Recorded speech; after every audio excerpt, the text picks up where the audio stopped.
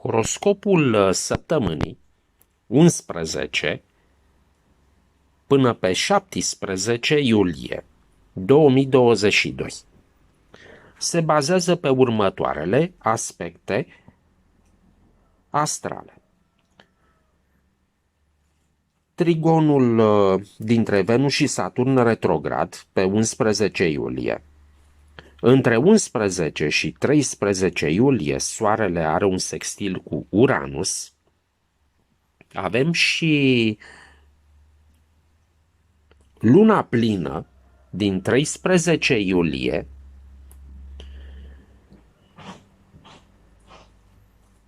din Capricorn.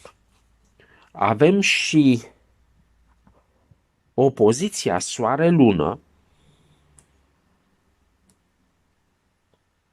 valorificată prin două configurații de tip daltă cu planetele Focar, Neptun și Uranus. Între 13 și 21 iulie, Soarele formează trigon cu Neptun retrograd, iar între 17 și 23 iulie, Soarele se află în opoziție cu Pluto, formând configurația daltă cu planeta Focar Neptun retrograd. Soarele, aflat în Rac, în peregrinaj, aduce semnificații psihice și mistice, emoții legate de trecut, familie.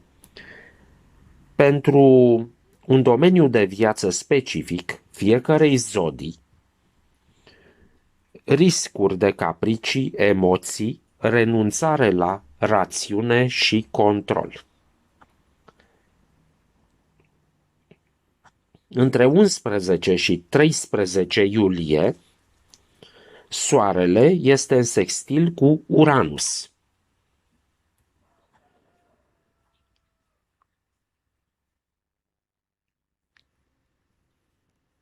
Originalitate, îndrăzneală, independență, spirit inventiv.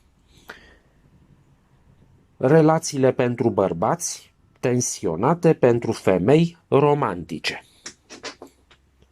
Între 13 și 21 iulie, Soarele formează trigon cu Neptun retrograd. Imaginație, intuiție, creativitate, relații romantice și chiar idealiste.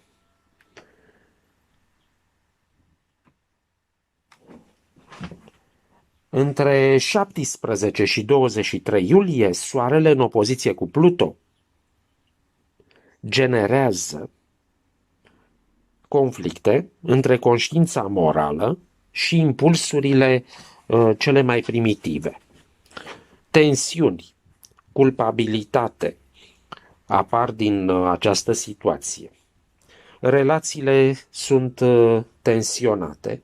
Tensiunile se acumulează având ca rezolvare configurația daltă, planeta Focar Neptun retrograd, prin folosirea intuiției, a imaginației, a creativității, prin evitarea la maxim a iluziilor și a amăgirilor. Luna din 12 iulie, în opoziție cu Venus, favorizează tensiuni între sentimente și manifestarea lor, ducând la instabilitate, extravaganțe, relații incompatibile. Opoziția formează un careunte cu planetă Focar Neptun care acumulează frustrările. Rezolvarea problemelor se face în zodia opusă, în Fecioară, prin Mercur, adică prin dialog și comunicare, prin orientarea către soluții practice. Tensiunile care apar pe axa Săgetător-Gemeni dintre comunicare, călătoriile scurte, cunoașterea aprofundată,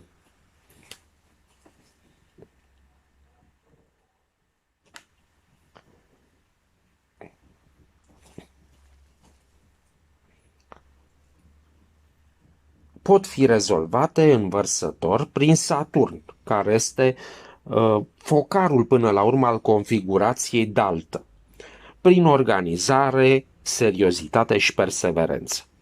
Luna are și o opoziție cu luna neagră, Lilith, emoțiile sunt intense, sensibilitate, dificultăți în exprimare, sensibilitate foarte crescută. Luna plină din 13 iulie din Capricorn ne arată o poziție Soare-Lună valorificată prin două configurații daltă, având ca planete focar pe Neptun și pe Uranus. Luna plină din Capricorn aduce în lumină aspecte apărute, mai ales între carieră și familie, unde ar trebui să fie o construcție durabilă, echilibrată. Energia va fi simțită în primul rând de această lună plină de persoanele născute în jurul datei de 13 în zodii cardinale Berbec, Rac, Balanță, Capricorn. Opoziția apare și mai ales tensiunile care apar în locul de muncă, în familie, ele se rezolvă cu tact, cu intuiție, cu diplomație, într-o casă unde aveți secretele și aveți de altfel ca planetă focar pe Neptun. Asta arată riscuri puternice de iluzii, de amăgire. Aveți ca planetă focar și pe Uranus, pe o casă unde aveți resursele și bunurile. Și arată manifestarea dorinței, cu alte cuvinte, de progres și de libertate. Mercur aflat în Rac vă susține să fiți receptivi la idei, să aveți o memorie bună, legat de informații din trecut, familie, tradiții. Din 14 iulie, Mercur este în sextil cu Uranus. Favorizează inventivitatea, progresul, originalitatea, gândirea liberă, încăpățânarea, o imensă încredere în sine. Relații bune și este stimulat mult mentalul. Venus, aflat în Gemeni, în trigonocrație, arată deschidere pentru relații, pentru informare. Tendință de implicare în relații multiple, baza pe comunicare, relații care rar devin durabile, mai ales dacă comunicarea are o bază intelectuală. Venus este în quadratură cu Neptun și favorizează sentimentele utopice, stările de indecizie, imaginația, confuză, extravaganța, dezamăgirile, relațiile pot avea la bază iubiri neîmpărtășite, iluzii chiar. Din 11 iulie, trigonul dintre Venus și Saturn retrograd favorizează în primul rând sentimente profunde. Stabilitate, atașament, perseverență, relațiile stabile și loiale. Marte aflat în Taur, în exil, aduce manifestări destul de slabe, tendință de păstrare a lucrurilor deja dobândite. Securitatea materială, dacă vă impune să acționați, o veți face. Atașamentul apare față de lucrurile deja dobândite. Nevoia de acțiune orientată spre creativitate, ca și cum ar fi o formă de progres, am putea spune. Jupiter în Berbec este în trigonocrație.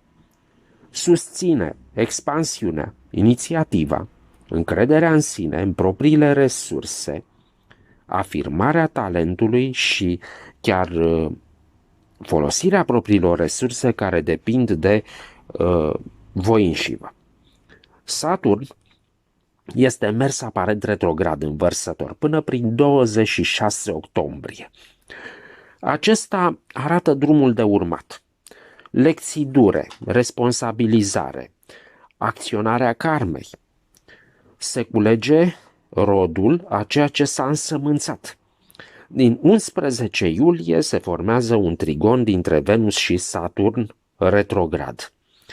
Este favorizat apariția sentimentelor profunde, atașament, perseverență, relațiile stabile și loiale. Uranus aflat în Taur susține siguranța materială, interesul pentru resurse, căutarea libertății, care este un scop pentru cei din zodia Taur, eliberarea de asemenea de atașamentele materiale, descoperirea zonei spirituale. Între 11 și 13 iulie, soarele în sextil cu Uranus aduce originalitate, afirmare, îndrăzneală, independență, e favorizată ambiția, exigența, spiritul inventiv. Relațiile poate pentru bărbați sunt un pic mai tensionate, pentru femei mai romantice. Din 14 iulie putem spune că avem ca aspect Uranus în sextil cu Mercur, lucru care favorizează inventivitatea, originalitatea, gândirea liberă, încăpățânarea, încrederea în sine, relații bune și stimularea mentalului. Neptun în Pești, mers aparent retrograd până prin 8 decembrie, susține pe oameni să lasă trecutul în urmă, să meargă spre viitor, chiar dacă este necunoscut. Ei pot lăsa în urmă o relație, un loc de muncă, o locuință, modul în care trăiau, simțeau, vorbeau, gândeau până la un moment dat. Caută realitatea, având de înfruntat adevărul, eliberarea care pe ei poate să-i vindece. Această retrogradare a lui Neptun aduce însă și speranțe pentru începuturi mai bune în societate, în plan personal și pentru ca oamenii să reconstruiască. Neptun are o quadratură, de altfel și cu Venus. Și această quadratură va favoriza sentimente utopice, stări de indecizie, imaginație confuză, multă extravaganță trecătoare, chiar dezamăgiri. Relațiile pot fi bazate pe iubiri neîmpărtășite, pe iluzii. Între 13 și 21 iulie, soarele va forma un trigon cu Neptun retrograd, care susține imaginația, creativitatea, ocultismul, relații romantice și chiar idealiste. Pluto în Capricorn, într-un mers aparent retrograd, ne arată că trebuie să fim atenți la cum se iau deciziile. Pluto fiind o planetă a transformărilor, a schimbărilor, a morții și a renașterii, a vieții de apoi, a geloziei, a emoțiilor intense, e de altfel și planeta care aduce adevărul la suprafață. Există aspect benefic în această retrogradare a lui Pluto în Capricorn prin faptul că putem scăpa de ce este inutil. Ne putem despărți de obiecte, comodități, chiar dacă acest lucru poate să doară. Neptun retrograd, de altfel în sextil cu Pluto, tot retrograd, aduc la suprafață tendințe profunde, dorințe oarecum neclare, revolte sociale, idealuri filozofice. Din 17 iulie, Pluto este în opoziție cu Soarele și va genera conflicte între conștiința morală și impulsurile primitive. Rezultă de aici tensiuni, culpabilitate și oamenii au nevoie de simpatie. Față de înșiși, față de alții, relațiile sunt mai tensionate, tensiunile se acumulează și ele se rezolvă prin configurația de tip daltă. Planeta focar este Neptun, retrograd, și trebuie folosită intuiția, imaginația, creativitatea, evitarea iluziilor și a amăgirilor. Chiron aflat în Berbec ne arată că putem căuta metode de autovindecare. Autovindecarea poate fi la nivelul capului, migrene, leziuni, lovituri, insomnii, predispoziție la arsuri, iritații, hipertensiune. Din 20 iulie, Chiron retrogradează. Și putem vedea acum cum ne putem vindeca propriile răni, să acceptăm situațiile și să găsim un nou echilibru în viață. Lilith, luna neagră, în Rac, până prin 9 ianuarie 2023 va influența mai mult femeile prin emoții, imaginație, idealizarea familiei, a figurii materne, Este aici afectată de către Lilith manifestarea propriei feminități, poate unele tendințe mai extreme, impulsivitate față de alte femei, tendință de extreme în alimentație. Oricum, lecția pe care o aduce Lilith arată că trebuie să se învețe să se trăiască cât mai mult ancorat în prezent. Asumarea responsabilității și detașarea de trecut.